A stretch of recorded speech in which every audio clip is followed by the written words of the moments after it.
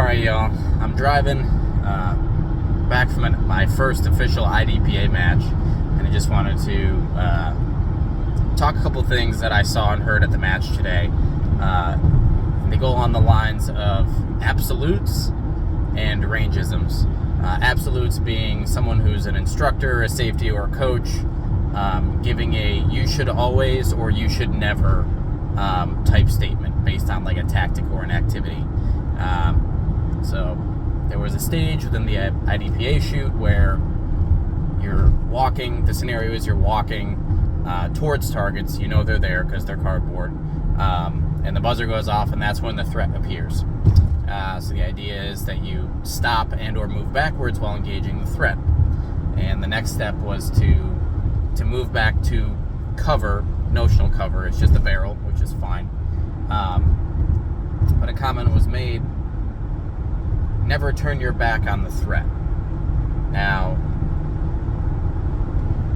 if I have just been threatened and just engaged someone or a small group of people, the only time I should modulate my speed moving back to some kind of cover is if I'm trying to shoot while I'm moving. I'm still trying to engage. For whatever reason, if there exists a time where moving back to cover and shooting at the same time is important, then yes, modulate your speed and don't turn your back on the threat. However, if you just engaged a threat and that threat is gone or neutralized or suppressed and you were running back for cover, haul ass.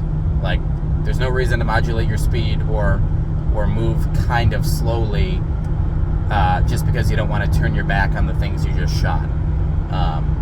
Figure out what the purpose is. If the purpose is to keep shooting at that threat, by all means, control your speed and keep addressing the threat. If your main purpose and goal is to get back to cover because you just addressed a threat and need to get the hell out of Dodge, then move. Turn away, who cares?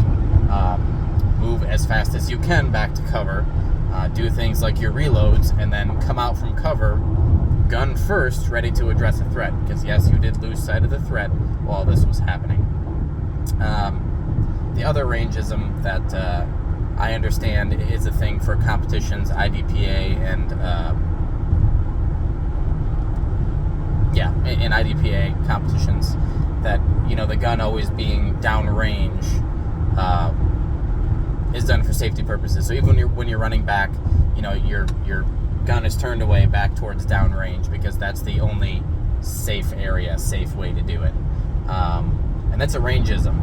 Obviously it's done for safety purposes and a competition. There's no reason not to be safe, and that safety shouldn't be prioritized. However, when you're looking for instructors or otherwise in the world, don't train to range-isms. Meaning, if you pistol or rifle or any weapon system really, if you are trained and get some reps in at doing high carry, low carry, or high ready, low ready, there's no reason that downrange is the only safe direction to point the weapon system.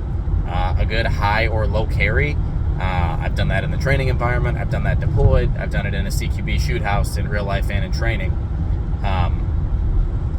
You can point the gun in whatever direction as long as it's not at something you don't intend to shoot. Period. So safe is not just downrange. Safe is just not at something you don't intend to destroy. Watched a guy at the match. Again, this same thing, but moving backwards to cover. He went to like high up in his chest, low ready with a pistol oriented directly down. And he turned towards the instructor to move backwards. And the instructor stopped him and said, "You flagged me and you flagged the whole group." I was watching it happen. I'm not there to debate anybody. But he didn't flag anybody. And this guy is a professional, we'll say. So he got a little fussed at for doing something that wasn't incorrect. It was just a range-ism and a rule. And they said it was a safety violation. So all that said, don't train to absolutes. It's always right to do it this way or it's always right to do it that way. That's false. That's not the case. Just don't teach it that way.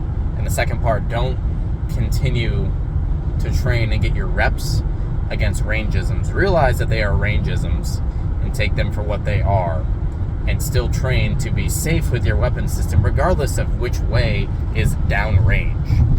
Downrange is just a range-ism. I'm going to shoot that way, and it's safe to shoot that way while I'm around all these people in competition, but there is no downrange in the real world. Weapon system at a high carry or low carry, you're not pointing at anybody on accident, you're not threatening anybody Welcome on to accident. Virginia. So, that's my GPS, and I guess that's time for me to go.